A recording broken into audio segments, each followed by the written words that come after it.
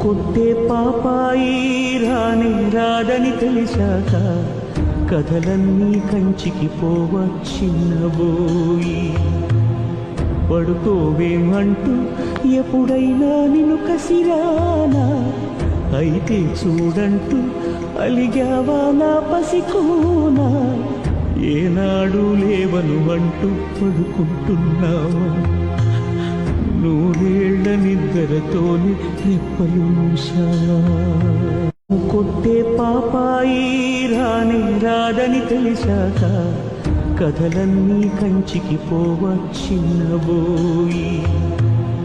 పడుకోవేమంటూ ఎప్పుడైనా నిన్ను కసిరానా అయితే చూడంటూ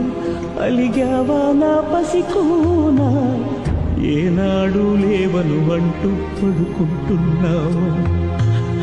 నూరేళ్ల నిద్రతోని రెప్పలు మూసావా